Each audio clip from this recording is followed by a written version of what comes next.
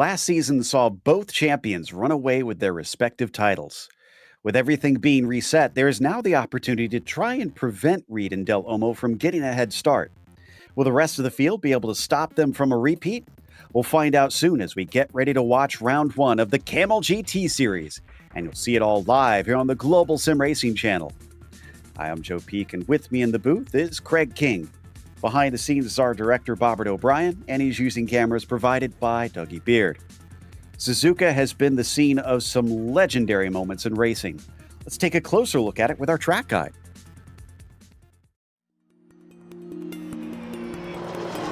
Welcome to Suzuka Circuit, perhaps most famous for its hosting of the Formula One Japanese Grand Prix for much of the event's history. This track sees all sorts of racing besides that. In fact, this place began as a test track for Honda, but later proved to be a driver and fan favorite for competitive motorsports as well. The full layout of the Grand Prix course steals the show, but there's actually 5 different versions that can be run on iRacing. With their lap lengths ranging from just over 2 kilometers to nearly 6 kilometers, plenty of different types of cars can suit the track. GT racing and lower-level open-wheelers are quite popular, but motorcycles are also a staple here. Some of the corners have become world-renowned over the years. The S's are often cited as one of the great tests of a driver's technical prowess. Then, of course, there's Degner's 1 and 2, which provide very little runoff considering their fast and narrow entry. Later on, the long backstretch leads up to the notorious 130R, which is blindingly fast. The Casio Triangle offers one last chance at an overtake if you're brave, but has been the scene of many drivers clattering into one another over the years. F1 fans will be quick to cite the infamous coming together here between Senna and Prost. However, real-life visitors will find it's more than the racing that provides some viewing pleasures. The unique ways in which the Japanese fans celebrate their favorite cars and drivers certainly capture your attention. But it's no wonder they're such fanatics, because who wouldn't be with one of the world's greatest tracks right in your backyard?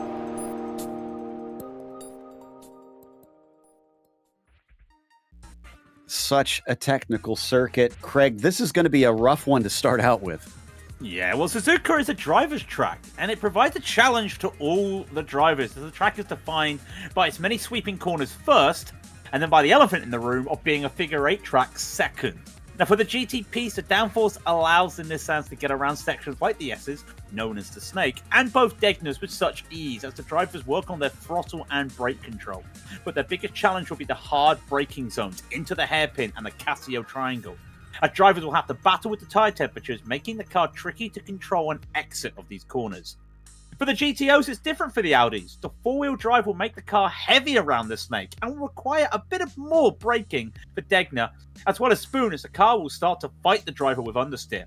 Multi-class traffic will be a challenge here today, Joe. The cars are already like oil and water, and mixing those two elements together will cause problems, as the Nissans will need to respect the Audis from washing out on some of the sweeping sections like Dunlop, while the Audis and the Nissans again will have to be aware of the speed differences in the middle of the corners, as both classes will be taking the corners in different ways. The delta is between 17 to 18 seconds. Joe, Suzuka is one of those tracks I love to watch racing on, but please don't put me in a car around here. Yeah, I'm the same way. I never seem to have good results at this track, but the good results last season in the prototypes went to Timothy Reed, taking the victory by almost 2 wins worth over Aaron Humphrey, with Aitor Sintez Galindo winding up in third, and said he was going to take a little bit of a break as well and not stress as much for a while, I think. So we wish him well and hope maybe we'll see him just show up a couple times here over the course of the season. Fabian Jungbluth wound up in 4th. Look at the close fight for 5th between Alvarez and Olsen. Olsen could use a little bit of good luck. We'll see if he's got it here today. Along with Clapper doing his thing, always coming from the back of the field, never qualifying. He's still finished in the top 10 in the points. Clearly, there is pace underneath them. Let's take a look at how the GTOs wound up after last season. Yeah, Javier Del Olmo dominated once again, and they always question who is going to stop Javier. We'll tell you who that's going to be later on. Timothy Vaughan managed to get that P2 away from Ian Haycock, and it was a tight battle between Ian, Timothy, and Ove at the end of the season for the end of those podiums. Tim Kennedy was just back there as well. Key thing there with Ove and Noel Lundberg, they did not complete 10 races in the season. Noel did 6, Ove did 8. You could ask, what could have happened if Ove did those extra 2? Could have made a difference. Same with Noel, but it just goes to show anyone can still be in it, even outside the top 10. They were all close battles. As for the race, we have a 40-minute event, so this is their sprint format. We're in the first round out of 12. They have open setup in this series. Got to think a lot of drivers going to try and crank some wing into it, but you do want some straight line speed because that backstretch up to 130R could be a great chance to finally get some passes done if you can get by the car ahead. They don't have a spare car. Now, this is a modern F1 track, so there is a number of spots with paved runoff, yet it's still often described as pretty old school, especially in comparison to a lot of tracks built after this one. The walls are quite close in a number of places where you're not going to be able to get away without having some severe damage, so it will be a concern. Drive-through penalty at 17 incidents and a DQ at 25. Definitely watch out in places like 130R and turn 1 where you could easily start to pick up those 1Xs over the course of this race. So we're in the midst of qualifying. Drivers will have to get out there and get going, though, because it's about 2 minutes, I believe, for the GTOs to try and circulate a little bit quicker for the GTPs. To put one down, thankfully, but it does take a bit. Now, one car that I am going to keep an eye on, Adrius Valenteus is out there. He usually is an astonishingly fast driver. He shows up every once in a while here in Camel GT, and usually he's in contention for the win, so keep an eye out on him. You got to keep an eye on him. He already has a win this week in one of the hot splits around here. He managed to dominate out there as well. Got some other names around here as we're seeing as well as Javier Del Olmo takes the fastest lap. You're thinking 143 in a GTO? That's very fast, but nope. Those are the GTP times. When I said who's going to stop Javier Del Olmo in the GTOs this season, the answer is Javier Del Olmo because he's driving a GTP today as Valenteus just comes around to start his first lap. Look at the names we've got though, Joe. I see a Cy Andra back again. Robert Plumley driving in the GTPs. Other drivers also coming off. Fabian Youngblood back again. It's a very stacked GTP field. Well, Adrius is going to have some competition because Hugh Haycox is here, and he's got the provisional pole in the prototypes right now, but we're missing, looks like nearly half the field for times there. They're going to have to hurry up and get one down on the board. Cortiniemi finally puts one down, and he is on the provisional pole ahead of the other Haycox, Ian, as well as Yankee and Brassfield there. So there's actually, I think we saw Brassfield at the end of last season, did we not? But I don't think we've seen much of him in this series. I want to say yes. I'm trying to rack my brain back for a couple weeks ago. 2 weeks is a long time. Just look at what Torpy has to do around here at the Snake and now into Dunlop. You start to see there's that car just washing out a little bit, and he starts to bring it back in. He can bring it back in now. Look at the hard braking, the 100 marker almost there for Degnal 1, and then for Degnal 2 it's going to be one of those tough bits. Use all the outside curve as you can. We're on board with it. It's a very laid back seating position, but also so close up there, and you see everything. And that is one corner, Joe. You need more than just one small monitor to see the apex there at that hairpin. Yeah, it's so sharp through there.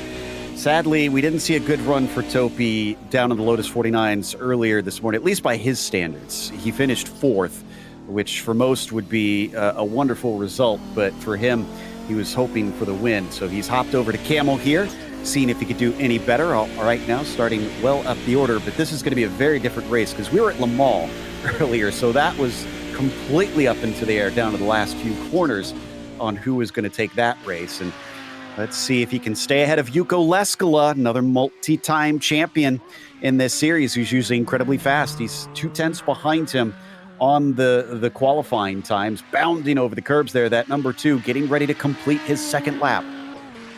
Coming across for a second lap right now. Is it faster? It's very fast. It's 2 minutes, .510. So now the question is, what can Leskala do? Well, that is the main response. Timothy Vaughan, Ian Haycox, they're all coming down. They're not going to be making a move. Brassfield throws in a 101.012. Lesko's not on the front row anymore. He needs a very good final here. And it is quick, but it's not quick enough to take away the lead from Kortenemi there. He does get P2. He's back on that front row.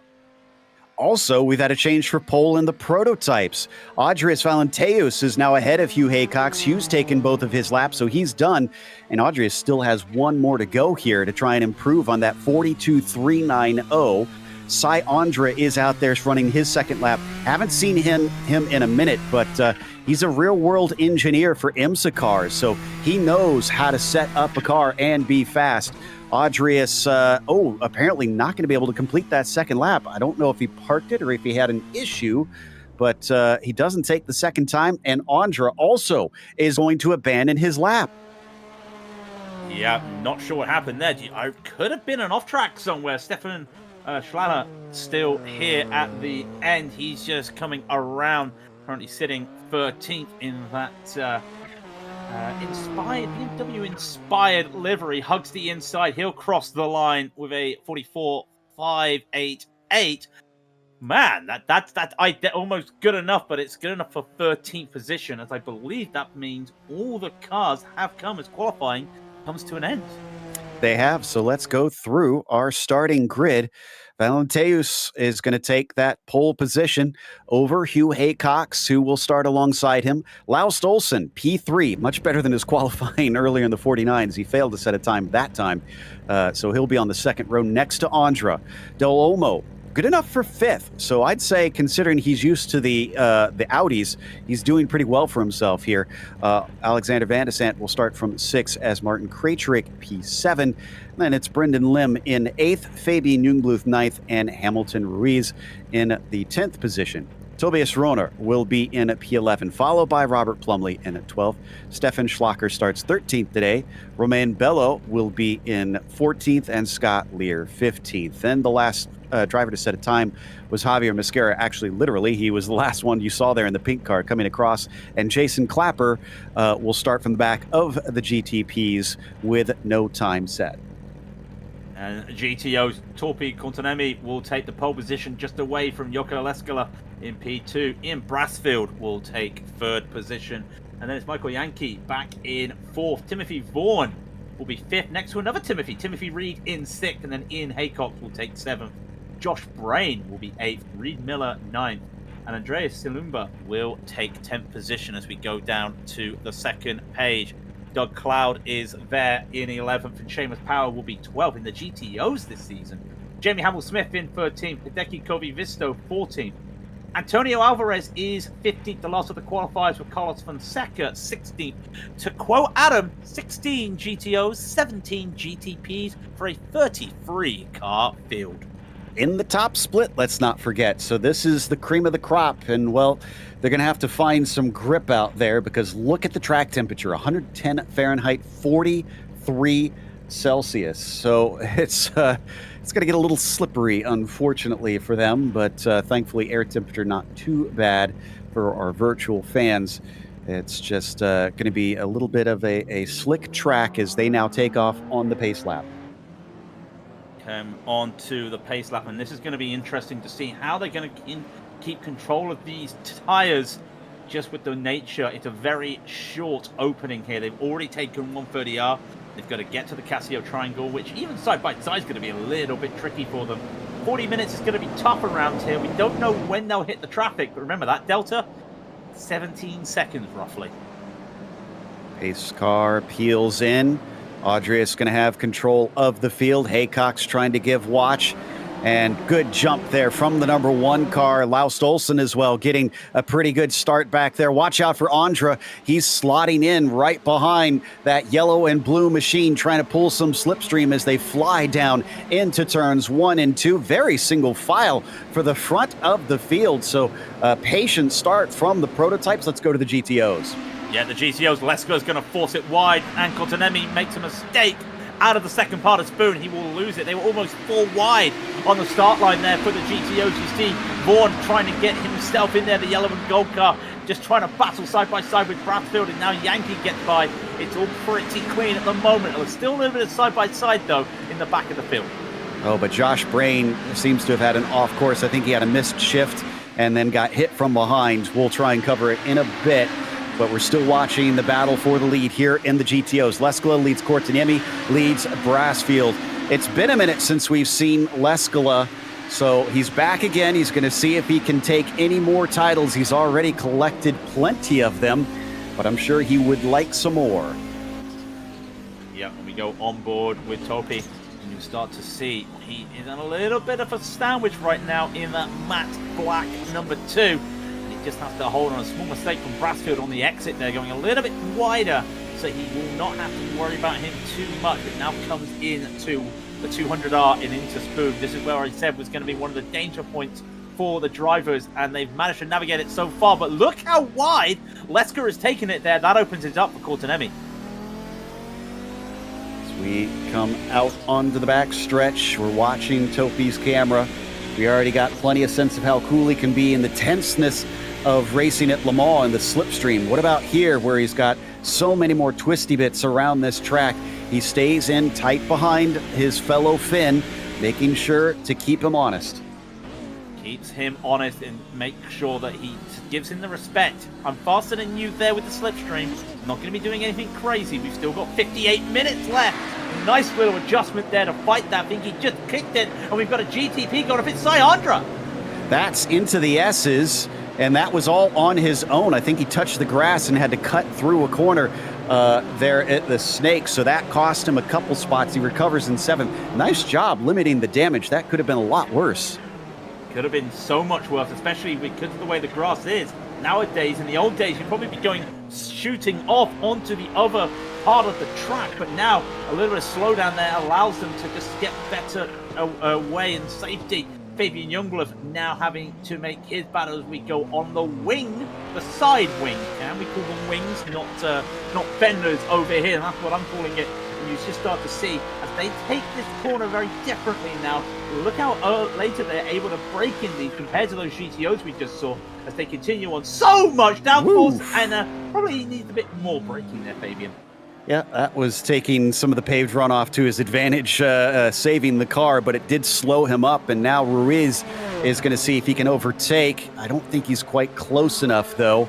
And indeed, a little bit of a nudge out from Youngblood to just try and dissuade his rival from trying something silly there down into 130R. They're going to stay in order here in the mid-pack of the prototypes with Krejcik 8th, Youngblood 9th, and Ruiz 10th.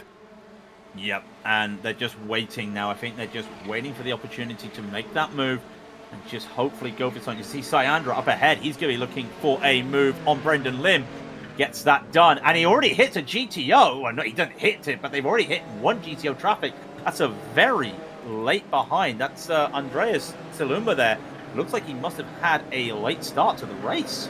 Yeah, something strange there that's caused him to be this far back.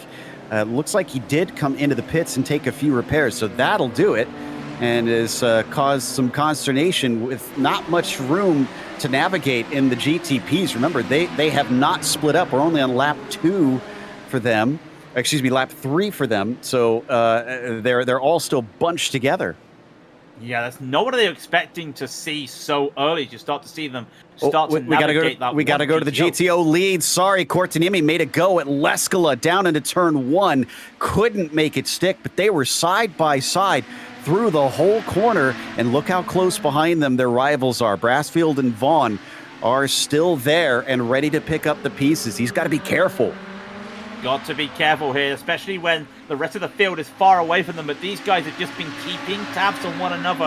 And one mistake and you are in danger. Timothy Vaughan has the best seat in the house. Well, the second best seat in the house, because that belongs to Ian Brassfield. But look how much he has to get on the brakes. He really is trying to carry more speed through these corners. And also Topi is avoiding a lot of those curves. Everyone's trying to mount them there. So that suggests maybe a little bit of a lower setup. Is he trying to avoid the curves? Could be interesting, but look how tight he takes that hairpin. Very interesting, but there is damage to the front of that car. I'm not sure where that's come from.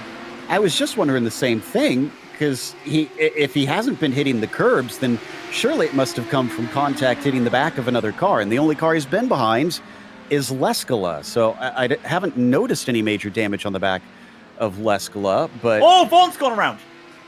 Oh, Vaughan just had a little slide there, but he's managed to hold it. But he's now gone away from that group. Yeah, he's used that four-wheel drive to good effect, and it kind of just powered through it. But yeah, he's now 2 seconds behind them. Not the only car to slide in that corner. Not long ago, Syandra lost control of his number 4 and has now fallen to 10th. So a couple of early mistakes. I guess Sy is shaking the rust off a little bit. Yeah, and I just want to go back as well to that Kopi and Yuko. There is damage on the back of Leslie's car. It's very minor, but there has been a coming together by those two. Probably just a case of either Torpy not expecting the extra speed from the slipstream or not expecting the braking of Leskola. It's just one of those little luck taps, I think. Also looks like Krajcik got overtaken by Jungbluth after he had a hiccup down through the Degners. Almost got overtaken by Ruiz as well, but kept him behind. In the meantime, and just as I say that, Brennan Lim, slow. What happened here coming through Spoon? Believe he's had a similar moment as well to everybody else. Spoon is being the corner that's catching people out. It's 110 Fahrenheit out there. Has he just taken more speed again? He has. Oh, no, it's the curb. Sorry. Yeah, it's just the curb. But how many incidents have we had now at that Spoon curb? Are we up to 4, I think? I think that was the 3rd, but I mean, regardless, they've all happened in pretty quick succession. And, you know, these prototypes don't like that curb, not just because of straddling it, but where the downforce comes from on these machines, Greg. Yeah, and you don't want to get any damage, because if you get the damage, you're going to be losing your top speed as well. So got to hold off on doing anything too brash. We talked about riding the curb a little bit in these GTOs. You can't do it a lot in these cars. Krajcik starting to fight off. It's going to be interesting to see where the leaders are in terms of the GTOs, as that will be the big test. Deus is 8 seconds behind Josh Brain at the moment. We're on board with Syandra, so give it another lap, and we're going to start to see the traffic get mixed together. And these drivers must be aware of that right now as they start looking at their black box. So Sy's made up a couple positions since he fell down to 10th. Has already gotten by Ruiz, and I think he inherited one from Lim. Now he's sizing up Martin Krajcik on top of it, who's, like I said, had his own scares riding the curbs, not in Spoon, but over in the Degners. Let's see if he can avoid that here. Will the number 4 also be able to keep himself a little bit safer? Nice and tidy, staying within the boundaries, and he doesn't quite have the run, but at least he's still on the back of that 21. It looked to me like he was doing a few adjustments in the turning there, while Krajcik was also trying to catch a mini slide. And I think they both just made themselves worse there. One of them could have got an advantage. Neither of them can get it. Just see how close they come when it comes to braking here. Wide goes Krajcik. That's not going to help him on the exit. Andrew's right on that, but he can't get fully on the throttle because Krajcik is slow out of there. But that's already gained him a couple tenths just by that one mistake. It's so important not to make a mistake as they hit that corner like we talked about. That's going to heat the tires up. It's going to be very hard here into first corner. Temperature's been going up slightly on top of things, so it's not getting any better. It is in the middle of the day at noon for this race. Also, do we have some sort of foreign exchange program going on? Because I also realized Timothy Reed is racing in the Audis and actually just took 6th place. So our 2 champions have completely swapped classes. I didn't know it was Freaky Friday. It was Freaky Saturday, actually. I'm not sure what's going on here, but really nice that you can get these drivers just pick up any, not any other car, but pick up the other car and still do pretty well. Look at him. He is battling Ian Haycox right now in a really good little battle. He's got Michael Yankee as well behind him, just having a small issues there. Reed makes that move, and all of a sudden Timothy realizes that he just has to be a little bit patient. He is learning a whole different kettle of fish right here. He's doing pretty well. Yeah, Michael, though, struggled coming off of 130R, so he falls back. He was right on top of Timothy there for a brief moment. The other thing I like seeing is that Reed has put the Nissan paint onto the GTO just to confuse everybody even more. I'm curious if Del Olmo also put the Audi paint on the GTP. But coming down the front stretch, this is a good run from Tim, but Ian doesn't even flinch, and neither does Timothy go for the move. Yeah, he had that run as we start to see the traffic starting to go through. There's Javier Del Olmo. No, he does not have the Audi paint on, but he is still there. All the traffic now mixing together. I called it oil and water earlier. We're going to see how it goes. There's Lars Olsen. He's in a battle with Hugh Haycock at the moment. Could be Visto just getting in between. Remember my favorite terminology, the bookmark. That is what is going to be happening a bit through some of these corners. As we're going to see, can Hugh put one of these GTOs between him and Laus just to gain an advantage? Because the more that happens, all of a sudden Van der Sande is on the back of these two. As they weave their way past, oh boy, they're having to make some aggressive moves here. Olsen knows it, trying to run away from Van der Sande there, while also keep up with Hugh Haycock's. And as you'd expect, the pucker cam is here. It certainly looks like it is getting tense. We call it such because every time things get a little bit more nervy, you'll start to see those lips of Laus Olsen pucker up.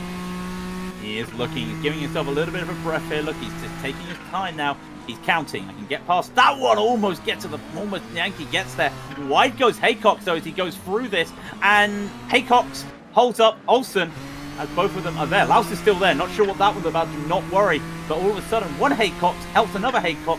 Not on purpose, of course, but you can start to see how that difference works, because all of a sudden, behind Olsen is Van der Sande, and he's got a clear line through 130R.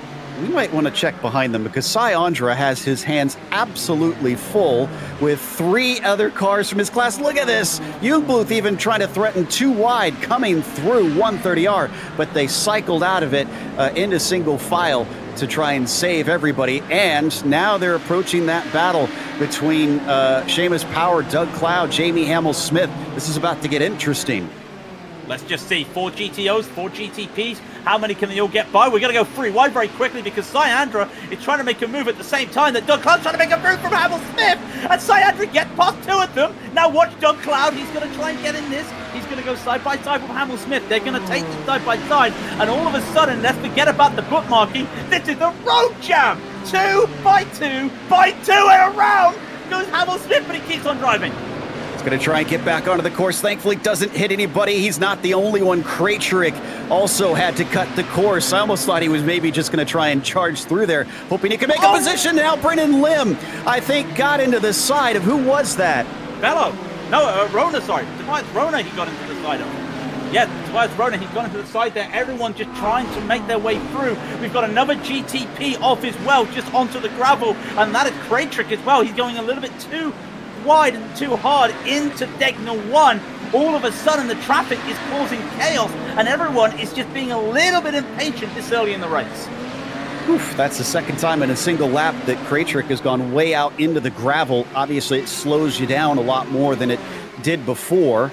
So, and he's going to go off again, trying to get around some of the lap traffic, but thankfully does not wreck the car. He is certainly using the off tracks quite a bit. Oh no!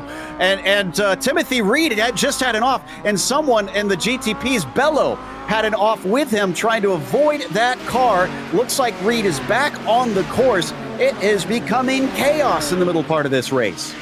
It's becoming chaos. They did actually touch each other there. I was just watching back at it.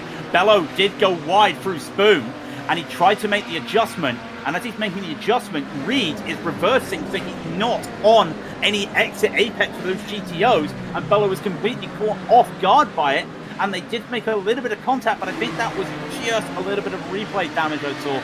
Everything's fine. Everyone's got past. Let's all just take a breather because that was a very hectic 2 minutes. Yep. Reed may have said, look out below, but he didn't say it loud enough, apparently, as we come back to Topi Kortsiniemi. Still second place here in the GTOs as they are being passed by more of the prototypes, as that was Ruiz trying to find some space between them. And now Robert Plumley in behind, being caught up by Fabian Jungblut. This is going to split up that GTO battle, but bring the GTPs closer together. Yeah. Remember, everyone always talks about the multi-class traffic causing issues and causing gaps in the top class, never into the bottom class. Has there been an issue there as well? Yankees as Michael off. Yankees around, and that's 360-degree spin. Yeah, that was coming out of the snake. It was just before they reached Dunlop here, and You're going to see a big hip check. I'm trying to see who this is that did it. That's Scott Lear. Oh, but that looks like quite a bit of netcode from that angle. It does look like that they were not no one trying to do anything too aggressive, and that's such a shame that has happened there. I mean, when I said oil and water at the start of this broadcast, Joe, I didn't mean it seriously, but there has been a lot of issues in the multi-class traffic. But we've got to go back to near the front here. Laus Olsen is still pushing hard, and he has Hugh Haycock and Van der Sant still there. The traffic has kept all these three together, surprisingly. Yeah, it's kind of impressive that the battle for P2 is as tight as it is. Sliumba just in front. He's going to try and hold off to the side. One gets through. Oh, look at the hesitation. Look at the difference that made as Laus Olsen checked up. Yeah, and also Van der Sant almost got into the side of him there, as it just a little bit of turning and not a lot of awareness of the surroundings there by the GTO driver. And Laus Olsen now, he's trying to catch back up to Hugh. He's just keeping a little bit of breathing. Look at it, he's just keeping calm, get into the braking zone and breathe. Kind of a trick that everyone does there in real world racing. With Hugh, with a little bit of a mistake there, he knows what Laus is capable of, and he knows if he keeps too close here, Laus, on the exit of the spoon curve, there's going to be a chance for this move to be made by Olsen, but Van der Sant could jump both of them here, I reckon. Now, color me impressed here, because Laus Olsen chasing down Hugh Haycock and putting pressure on is not something we see very often. This is a stellar day for Laus Olsen. In fact, it looks like maybe he's going to be able to get past him. Is there damage on Hugh's car because he's slow in a straight line? Oh no! Side by side, now there's definitely damage. Into the wall goes Laus Olsen, and his bad season, his bad couple of seasons, continues as he is pretty much out of this race. You just caught a little bit at the curb there. That's what it was. They tried to do that straight. They had a fantastic 2x2. We got to keep watching the battle, though, as they're still battling. We'll talk about that very shortly. They're going to go side by side around here, and Van der Sant goes too wide. And again, so does Haycock. Haycock goes both wide. Can I get my words in there? Hugh did cut the curve a little bit at 130L. That might have been what caused him to go out a little bit and hit Laus. And the bad luck continues for Laus Olsen. And credit to Hugh, he may be slow in a straight line in comparison to his rivals, but in both cases into very scary corners, he did not back down, and that's what's kept him this second place. Van der Sant is going to have to try and get a very good run and be fully clear of him. Yeah, and again, we saw the pressure last time. Hugh made a mistake here at the hairpin with Laus behind him. That could happen again, but more pressure is getting put here because this battle in the GTO lead has continued to keep going. Cortademi is threatening Lescala, and he's been doing it so much. That damage on the front of the car isn't affecting him. The damage on the rear of Lescala's car is not affecting him. They have a little bit of clear air right now. They're away from everybody else by quite a margin. Well, it's only 5 seconds, but they still have to keep on battling. They're going to be coming through the snake. Coming out of the spoon right now is Hugh Haycock and Van der Sant, and Haycock has made a mistake. And he's side by side. We're coming up. He's going to be on the outside. Will Van der Sant, can he get this done? Last time, it looked like Hugh held on it. This time, he's not able to. Cutting down to the apex as soon as he was clear. Van der Sant left nothing to chance. Oh, he's made a mistake. Hold on 1 second. This is still going. He's gone a bit too hot in the Casio triangle. Is Hugh going to respond to this? This will be the test if Hugh does have damage. If he cannot make this move right now, we know that he's got damage. To the inside, Van der Sant's going to defend the inside. He has this now, and Hugh's going to try and hold him for as much as he can. He's trying to get as much little slicer as he can, and side by side, and it's a reverse effect of what happened last time. And Van der Sant holds on to this. Interesting when they came through 130R there, Joe. Did you notice that Van der Sant immediately went for the curb because he saw what happened last time with Hugh? Yep, he knew that he was clear and he was not going to risk having it swing wide and also leave the door open for Hugh to try again. But I think maybe he got a little too caught up in the moment. He went way deep, like you pointed out, into the Casio triangle. So now that he's clear, he can focus forward. And I think he is already starting to run away a little bit. I reckon he is, and start to see it on a corner like this as they come into the hairpin. That camera angle there does not give it justice. It looks like it's not a hairpin, and then you see the rest of it, and there's the hairpin. It looks like now as he comes around 200R, yeah, look at that gap right there. It is clear there is something not right there with Hugh. Has to have picked up damage somewhere. Was that going through the GTO traffic first time by? Wouldn't want to put my money on it, but I think so. This battle rages on between Lescala and Cortinemi, two titans in this car. And what can Cortinemi do to try and overtake? Is he waiting patiently, or is this his maximum pace here? I don't know if you've noticed on screen as well, if you've been watching, but with it being a relatively coolish day in comparison to what the track temperatures are, you can actually see the difference out there. The heat haze out on the track, because the track is so hot, it's wafting up off the track into the cooler air. Yeah, anyone got an egg? I want to cook it right now. That's what it feels like out there. Absolutely amazing to see those little heat hazes and a little lock up there from Lescala. Maybe that's where the damage came earlier in the race with Lescala just having a lock up, but that mistake does gain him a little bit of ground because Cortinemi cannot get on the throttle, and he is going to have to hold off a little bit, and he keeps on pushing. Now, where does he make this move, Joe? It's going to be tough because he does not have that exit speed. It's almost like he's going to have to wait for the next round of multi-class traffic to get a really good run here on Lescala. Yeah, I think so. He needs something to happen, because you're right. It looks like he can't stay on top of him enough to make a good move. As they go through 130R themselves, let's see, when do they have our leaders coming by next? I'd say maybe in the next 3 laps. I believe Audrius should catch them. I would say next 2 or 3 laps, Audrius is already in the traffic. So that's going to be interesting to wait and see for that. As we see these going, just going to give it a rough look. You can start to see as well, Hugh Haycox is starting to lose ground on Van der Sant, and Del Olmo is starting to catch him. Which also means Sai Andra, just get to see him very shortly. There he is. He is also catching this pack. And as these 3 start to hit the traffic, it could be very interesting. Will Van der Sant get held up as well is another question that has to be answered. As close as Topi was, I think he missed a shift coming out of the final chicane, so he's dropped a little bit on these on the leader. Oh, wow, there was barely enough room for Del Olmo there, but now that he is on the other side of the coin, I wonder if he's really getting an eye-opener of what it's like trying to navigate past all these slower class cars. Tell you what, from someone that does multi-class racing, if you want to learn how to understand or how to overtake the slower class, drive the slower class. It absolutely changed how I drove a prototype car when I was in one of those GTs, because I understood exactly what the limitations were on those cars, and I reckon Javier can use that to his advantage here today. And in some respects, so can Hugh, because he did half a season. Did I say that? Hugh's almost just crashed into the back of a GTO. Whew, yeah, and had a bit of a rough time, that one, as he accelerates out now. He's not caught up by Del Olmo, but Javier is quite close to a potential podium here.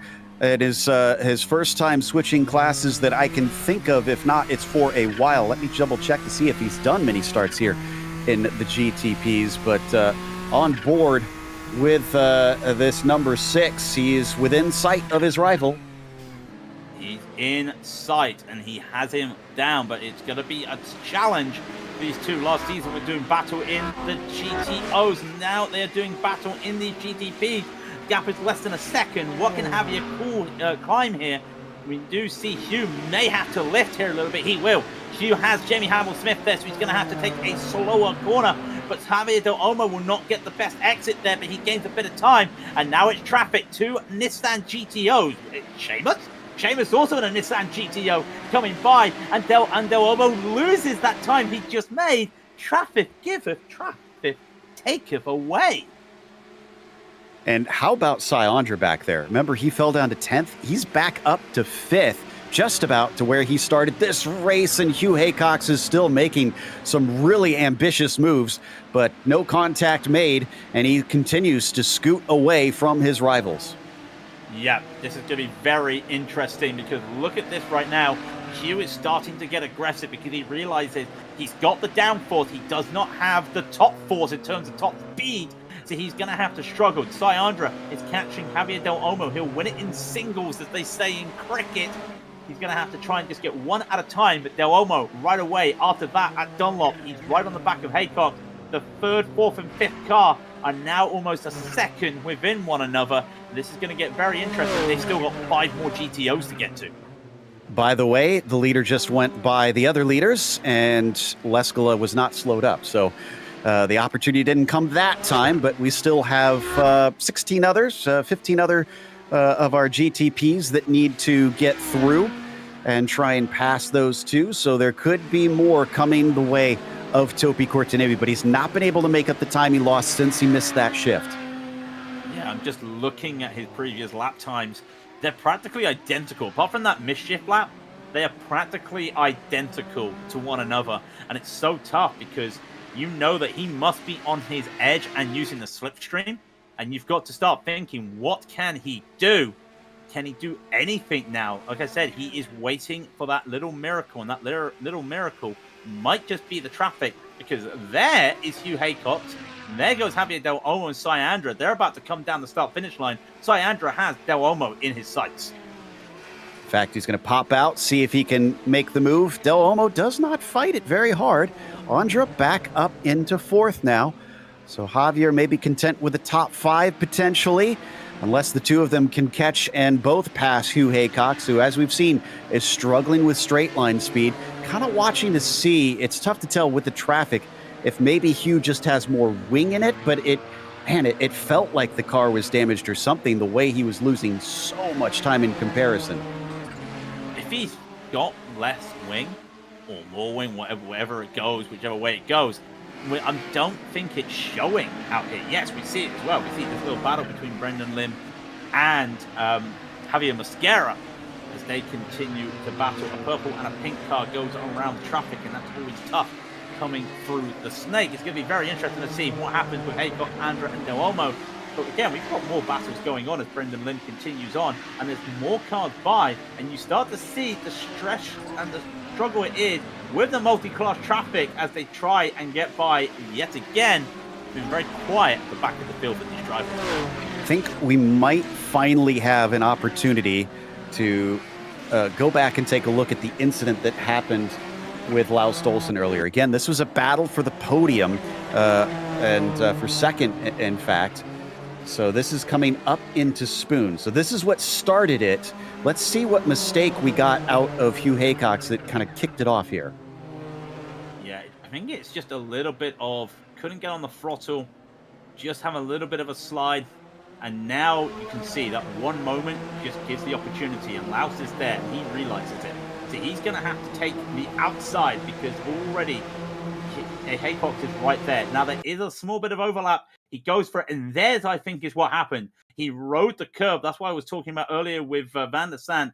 Rode the curb a little bit, and I think that's what just caught him off guard there. Laus has to take a line at some point as well, and I think it's just one of those unfortunate racing moments.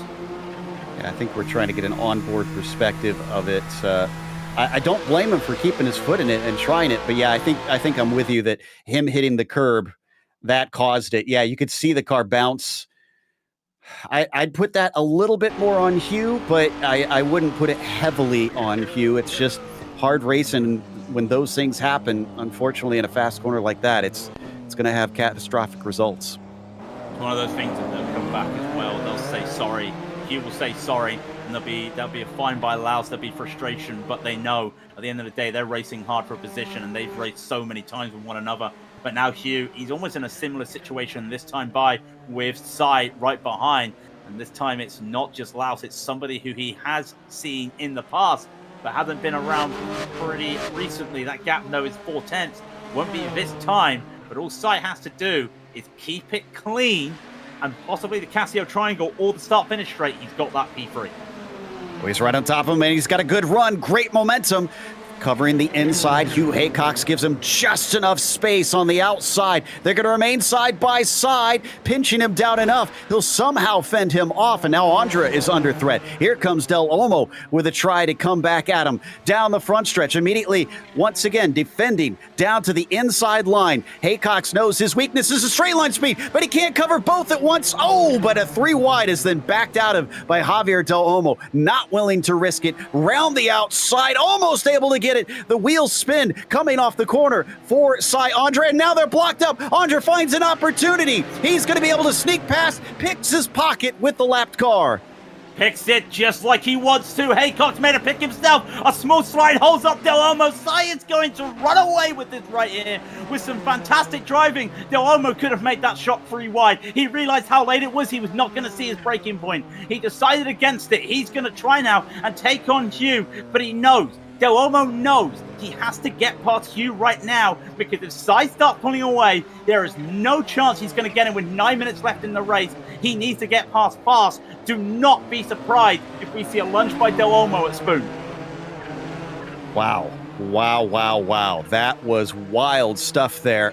And, I mean, Cy Andre has an absolute never-say-die attitude, as he is sticking with it and is now back onto the podium. We've also had a development in the battle for the lead in the GTOs, as Cortinimi had contact from Hamilton Ruiz. We'll see if we can dig it up. This was in the 200R, lesser-known R corner, where he got hip checked to the side, and that cost him about 3 seconds. Yeah, and 200R is not a corner that you usually see a lot of mistakes or issues there. It's a corner that some drivers will just, it's just the way that your car wants to go wide early and then turn in late with such a sweeping corner. We've got to go back to that P4 battle, though, because Del Olmo is there with Hugh, and he has taken that position. Hugh is not going to fight this. Del Olmo has not lost a lot of time, which is a blessing for him. With 8 minutes left in the race, he is now back up to P4. He has to find somehow a second to get to Syandra, and I'm just looking around. There will be another round of traffic, Joe. But he just had a little bit of an off into the grass there, did Hugh. So he's struggling. And so is Syandra. He clipped the curb once again, just about lost the car. The only one that we're seeing that's running a nice smooth race here is Del Olmo, though it's certainly been with his own scares out there. Can he actually manage to get a podium here in what, from what I can tell in the stats, will be his first GTP race? Now, that might not include, I'm trying to recall, I mean, it feels like ages ago, if he ran the GTP back at Bathurst for the last race last season, since he had already wrapped up the championship. But regardless, man, that number 6 running a good one. Oh, Van de Sant has had a spin. Van de Sant goes off at Spoon Curve. He had such a lead that he's not lost the position. He's able to get going, but now he's a full 20 seconds behind Audrius. He tapped the curb. He tapped the curb. They went too far over the curb. We're going to have a quick replay of this as we also see Reed retiring the car finally. Here he comes, round 200R into Spoon. He goes a little bit too wide. He tries to push those limits. Wow. And the car just hits that curb. And curbs are not flat, folks. And you can just see that has just kicked it up a little bit.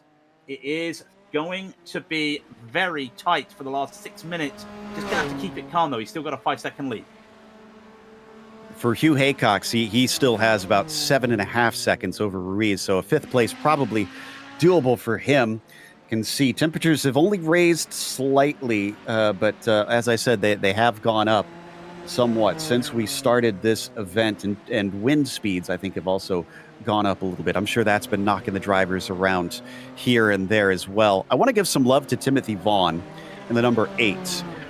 He is in 4th, and he's only a second behind Brassfield, so he's very much in the hunt for a potential podium here. Timothy Vaughn was one of those that was trying to catch for the GTO Championship last time, but just didn't have enough good results over Del Olmo. This will do well for him to at least try and stay in touch with Cortinimi and Leskola at the start of this season.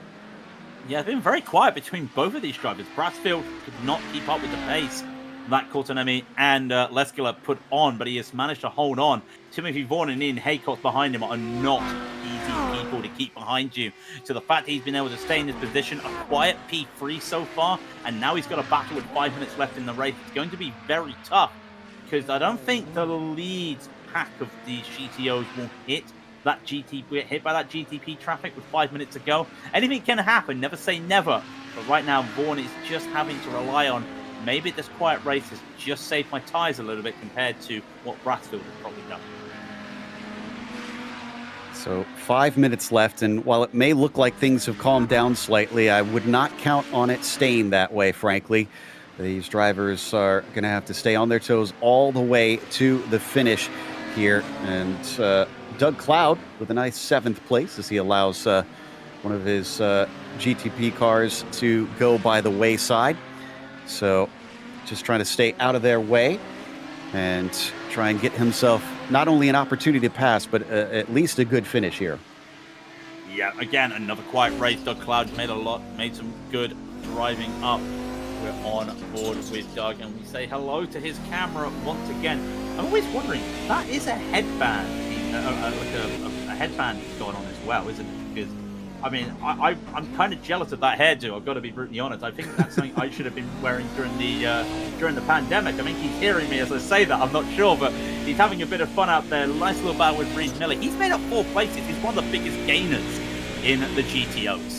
Yeah, I'm trying to figure out if that's to do with his headphones or mic headset, or if it is just to keep his hair and sweat out of his eyes. Because, man, you can wind up sweating, especially if you don't have AC, because these computers tend to put off a lot of heat, along with all the other equipment, of course. Your wheel and your pedal set can also produce its own bit of heat. And it's not as hot as a real race car, but you get kind of sweaty out there for sure. As he continues his best chase down Reed Miller. No dice quite yet. That'll be for 6th position. No dice yet. I'm telling you what, I think something's happened to Van der Sande, because all of a sudden, Sai's only a 2.5 seconds behind him. Look, there's Van der Sande, there's Sayandra, and then just in the background, there's Del Olmo. This is going to be a little bit of a showcase finish for P2. Not sure what has happened out there for Van der Sande. Has he been caught up in traffic? I would probably think so, but that last lap was a 47. He's lost 2 seconds compared to Andra. Yeah, I think you're right. That's got to be some sort of traffic issue for him, just trying to play it safe here. Looks like we may have found the replay on what happened to Topi Kortiniemi. Let's show you why he is much farther behind Yuko Leskala here. Yep, here it is. Watch to see, I think... no, it looks like this, not it. This is going to happen down through 200R, so out of the hairpin. So we got a little bit to go here. That he's going to have the contact. This is with Ruiz. Let's see if we've actually got it. I don't see Ruiz around him, so I don't think this is it, unfortunately. Yeah, this is not it. So looks like we'll have to go back and find it another day. But he is still here in 2nd, so that's the good news for him. Is yes, he lost time to Leskala, but Brassfield wasn't close enough that he was able to catch him in all that. So it's good news, bad news for him. Back to Doug Cloud and the raging battle for 6th. Yeah, on the racing battle for 6th, as Andreas will take the white flag for the race. So everyone's going to be finishing on that lead lap. But this is Doug Cloud right here. We're just looking as he's on that battle with Reed Miller. He's had some of the GTPs go by him as well, who are in their own little battle. But everyone's just got one last lap to go. Reed Miller's made a spin at 130R. I think he just clipped the grass. I noticed that as he went over on top of the camera. I thought to myself, wow, he went very wide. A little bit too wide, unfortunately. And just as he went past our camera angle, he must have felt the rear of the car kick out from underneath him. Doug Cloud picks up that 6th place without having to do a thing. That's just what you kind of want in a race. Get a position that you don't need to work for per se. Anything can happen. Andra's just had a mistake with Ian Haycox there, almost getting to the back of Ian Haycox. Here they are, and all of a sudden this brings Del Olmo right on the back of Andra. They do have a couple more cars, but it's a pretty quiet right now. Andra is going to have to do this without the help of traffic. He's going to have to use raw pace to keep his P3.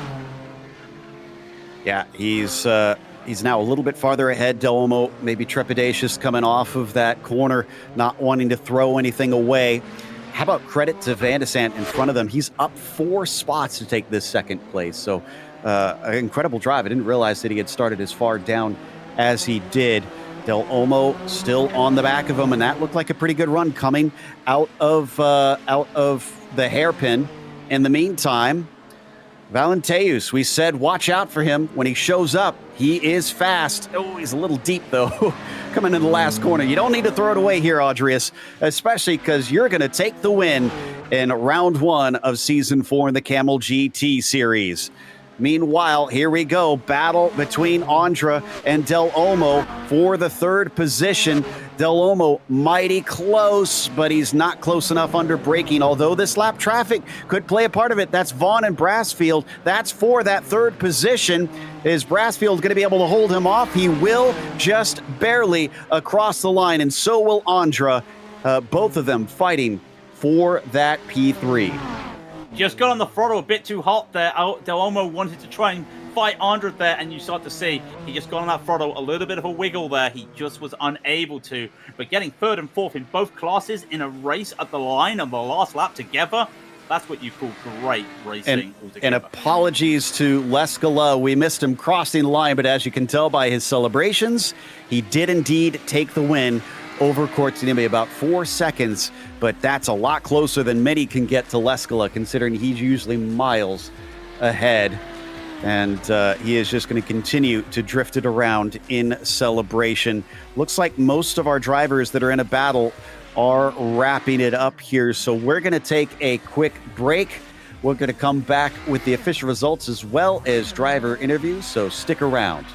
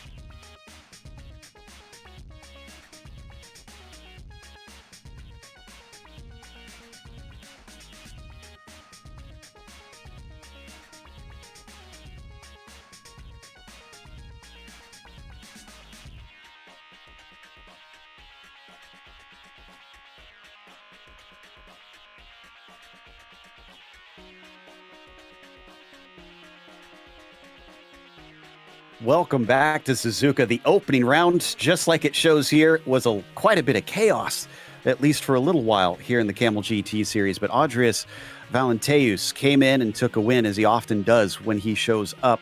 As Alexander Van de Sant finished second, but it wasn't a perfect day for him. You could see 20 seconds behind. He had some missteps and some spins out there. Cy Andra was definitely story-worthy. He made 2 mistakes after coming back from a long break, and then somehow, in spite of those mistakes, sent him well down the field. He finished in 3rd. Javier Del Olmo was behind him, switching over here to the GTPs and doing a very good job with 4th, as Hugh Haycock struggled compared to what we're used to out of him with a 5th place, as Hamilton Rees was P6 and Robert Plumley was 7th, and it was Fabian Jungbluth in 8th and Martin Krejcik 9th. Brennan Lim with some problems out there today. He grabbed a top 10 ahead of Javier Mascara in the 11th spot. Jason Clapper was only able to get 12th today. Usually we see him a little higher up. Tobias Rohner was in the 13th position, Stefan Schlocker 14th, and Scott Lear, the last one on the lead lap, in 15th. Roman Bello definitely had some issues. He was 2 laps down in 16th, and Laus Stolson was our only DNF of the prototypes. We get to the GTOs, and Juha Leskala takes it where he always does, at the top of the field. But it was a close battle between him and Topi Kortenemi all race, and just a couple mistakes at the end there cost Topi. Ian Brasfield had a very quiet P3, and I mean a very quiet. We didn't have to see a lot of it there. Started 3rd and finished 3rd, and he did have a small battle at the end there with Timothy Vaughan, who came back to finish in 4th, and then Ian Haycock was 5th. Doug Cloud made up 5 places to 6th, and Michael Yankee in 7th. Neki Kubivisto made up 6 places to get to 8th, and Jamie Hamill-Smith finished in 9th, with Antonio Alvarez in 10th. As we continue on down, Reed Miller was 11th, Josh Brain took 12th, Seamus Powell with a quiet 13th, Carlos Fonseca 14th, Andreas Salumba was 15th. Timothy Reed was the only retiree in the GTO, so in a 33-car field, we had just 2 retirements. And that's going to take us to our 3rd place finisher in the prototypes with Cy Andra. Cy, I had teased you had to shake off the rust a little bit there. You had 2 offs very early in this race, and somehow you wound up on the podium. What got you there? Well, first, I got to open up my book of race car driver, excuses. I was rusty. I didn't get enough sleep last night. I didn't warm up enough. All those excuses. I got to get them out there. But yeah, it was clumsy, and at least I will be thankful I wasn't the only one who made those mistakes on the curbing at Spoon. Really easy to do in this car. Once you just drop off that curbing, the rear end just lets go on you. Nothing you can do about it other than just not go on the curb, which you probably saw me not do the rest of the race after that. Oh, yes. But yeah, I honestly don't know how I got up to 3rd. I think it was a combination of luck and aggression in traffic, as well as taking advantage of other people's misfortunes, I suppose. Looking at, I think Hugh had a little bit of damage, Laust had a spin. And I'm disappointed I didn't get 2nd. I know, 3rd is good and all, but I think I had 2nd in my sights, and I'm disappointed I didn't get a shot at it. Well, even when you didn't have the traffic to help you out there, we had a 3-wide moment between yourself, Hugh, and Javier coming into turn 1. What was going through your head as that started to develop? Honestly, I didn't even know Javier was on the inside of both of us there. I just turned in like it was too wide, and I guess Javier backed out or something. I had a little bit of a touch with Hugh, but we survived, and we got to. I think that was I used GTO as a pick there, and I lucked out by being on the right side of the track, and also Hugh checking up and not punting the GTO into me. So I'm always happy with the amount of respect Camel has. As far as I was concerned, there wasn't that much drama in traffic. I heard there was some from my spotter, but for the most part, I was very, very happy with the standard of racing. Well, I'm glad that you're happy with it, because I could understand frustrations maybe coming from some of the others. Are you going to be showing up more this season? Is season 4 where you finally get enough off time that you can try and compete?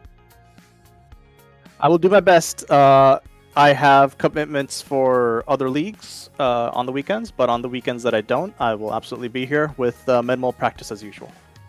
All right, we'll look out for his side. Congratulations on a 3rd. Thank you.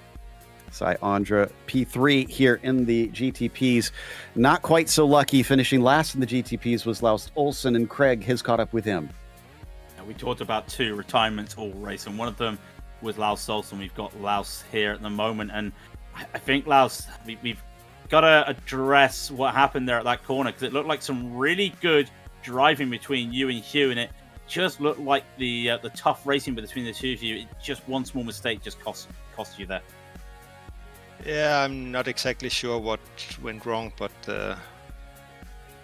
yeah, we touched, and that was it. But I had a good shot at it, and I had to try it. So and I will say that I trust all the people I usually race here in this series. I trust them 100%. So, but we all make mistakes sometimes, myself inclusive. So, yeah, that's what's happened. A racing incident, I think. Yeah, no, we looked back at it as well, and I was watching it live, and it was a little bit of a race incident. Unfortunately, Hugh did catch the curb a little bit, and the curb just threw him off course there. So that is what happened. It is just so tough there. But it looked like as well at the start of that race, it was some really good racing. And one thing that I caught was the multi-class traffic. It looked like it was a bit of a handful out there today, especially around the S's for you. Yeah, Suzuka is a tough place in traffic, and I tend to be, I don't know if I'm a little more careful or just not as good to find the gaps as some of the other guys. So I tend to struggle a little bit in the traffic, and you lose a lot of time here if you, especially in the S's, if you get caught behind some of the GTOs. But it was, I was quite surprised that I was that close to Hugh and Audius in pace, and I was actually also surprised I was in front of a couple of the other drivers. So that was a positive that I will take with me.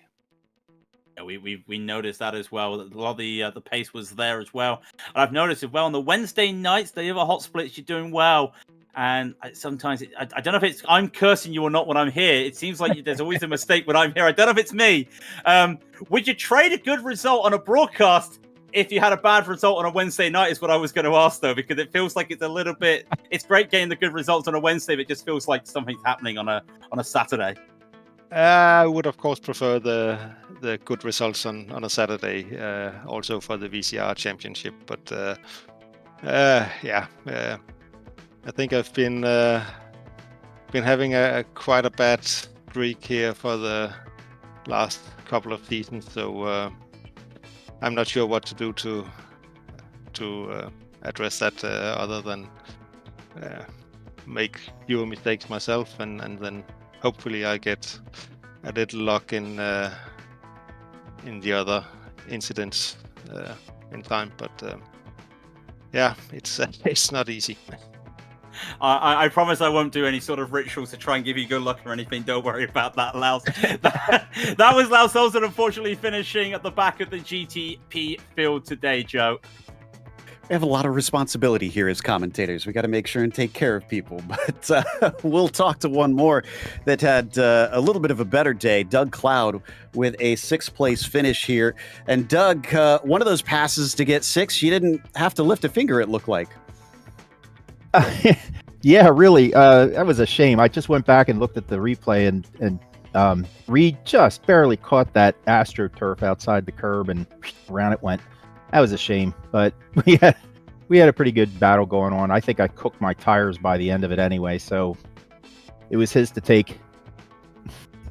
Now, I don't know if you actually are listening to our broadcast when you're racing, because we saw a chuckle at one point when we were discussing, we're trying to figure out, so what's the deal with the headband? Is that for sweat, or is that Yes. a part of, okay. Yeah, most of the summer it's been very warm, and I don't want to crank the air conditioner up too high. But there's plenty of times when I get sweaty and it goes down in my eyes. It was always a problem with VR, and that's one of the reasons I got triples now. It's my eyes just don't cooperate with hot screens in front, and I don't want the sweat getting in there either, so that's why I got it. I can totally understand, but don't worry. I'm pretty sure they're gonna reshoot Flashdance at some point, so you'll get your chance. How do you feel though about how the race went itself? We heard Sai saying that he felt it was okay with traffic, but it definitely seemed like a few tempers flared in the interclass battles. I guess so, but around me, everybody, the GTPs were really good. I think, there was a couple of guys, I think Romain and, who was it, towards the end, that, they held up, seeing Reed and I were like nose to tail, held up and all the way through like the entire complex before we got to the back straight. That was really great. So from what I saw, it worked out pretty good. Well, thank you for coming and chatting with us. And like I said, excellent work there with that 6th place. You going to be back next week at Hockenheim? Oh, absolutely. Just one last real quick thing. Cam Porter made this thing. It was kind of a joke. It's a shifter, right? But what it is inside, it's got neutrals. So it's our box of neutrals trophy. Okay? And we were trying to figure out what to do, how to do this. And I figured, well, the most improved driver over the last season or two that anybody notices, or however many of us want to chime in on it, can get this not get the trophy. It's still too big to send around the world, but they'll get several of these ends. I guess they're ends, yeah. And I want to give this to Mickey Friesen this time around. He's really been just a great person to join Camel, and doing setups, figuring things. He actually had a setup I liked several races ago, and it worked out great. But he also won second split, so he's really come on relatively recently and done well. So congrats to you, Mickey. You'll be a part of the choice for the next person to get their box of neutrals. We'll look out for him, and yes, big congrats to Mickey for winning the second split. Sad we couldn't cover it. That was Doug Cloud, who wound up 6th today here at Suzuka in the GTOs, which is going to wrap us up. Big thanks, of course, to Doug as well. And thanks to the Camel community for bringing us on for another season of coverage. Also, thanks to the team today, Craig, Bobbert, and Dougie. Also, make sure to check out our social media, our website, and our merchandise store. And don't forget to subscribe to our YouTube channel so you don't miss a moment. Like we said, next time we'll be at Hockenheim, but it's going to be at the Outer Circuit. It'll be the fast version, Saturday, September 23rd at 1 p.m. Eastern. Be sure to check out our other broadcasts that we have listed here. But until next time, race clean, race hard. We'll see you on the track.